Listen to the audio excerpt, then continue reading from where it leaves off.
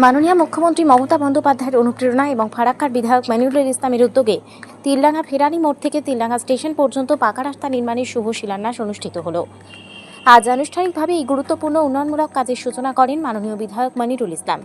দীর্ঘদিনের দাবি পূরণ হতে চলায় এলাকাবাসীর মধ্যে ব্যাপক উৎসাহ ও আনন্দের সঞ্চার হয়েছে। এই রাস্তা নির্মাণের ফলে যাতায়াত ব্যবস্থা আরও সহজ ও নিরাপদ হবে।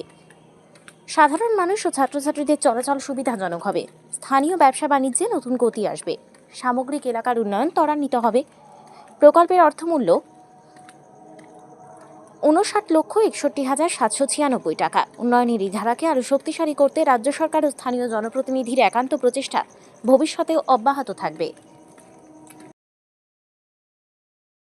প্রথমেই মামাটির মানুষের নেত্রী সফল মুখ্যমন্ত্রী মমতা বন্দ্যোপাধ্যায়ের অনুপ্রেরণায় আমার উদ্যোগে দেওয়া টু অঞ্চলের অন্তর্গত ফেরারি মোড় থেকে ধামনা মসজিদ পর্যন্ত প্রায় ৭০ লক্ষ টাকার কাজ করেছিলেন।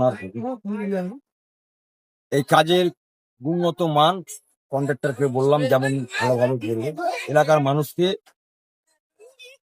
কন্ট্রাক্টরকে সহযোগিতা করার জন্য আমরা আপিল করলাম। এবং এটা ৭০ লাখ টাকা নয়, এরকম কাজ বহু কাজ ফারাক্কার মাটিতে চলছে।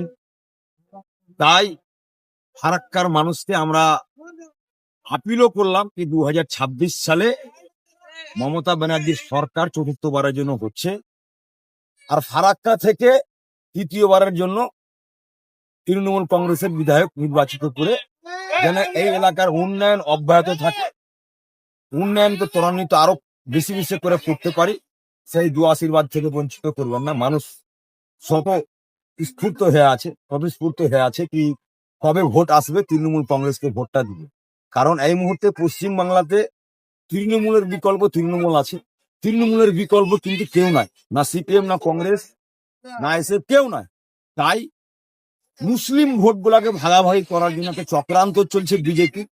সেই ফাঁদে মানুষকে আমরা সতর্ক সজাগ করছি, ওই পাতানো ফাঁদে যেন পা না দেয়, আর তার সঠিক ভোটটা ওরের জন্য তৃণমূল কংগ্রেসকে করে, সেই সিদ্ধান্তে আমরা অনড় আছি। মানুষ খুব উদ্গ্রীব হয়ে আছে কবে ভোট ঘোষণা হবে, কবে ভোট দিতে পাবো। ধন্যবাদ।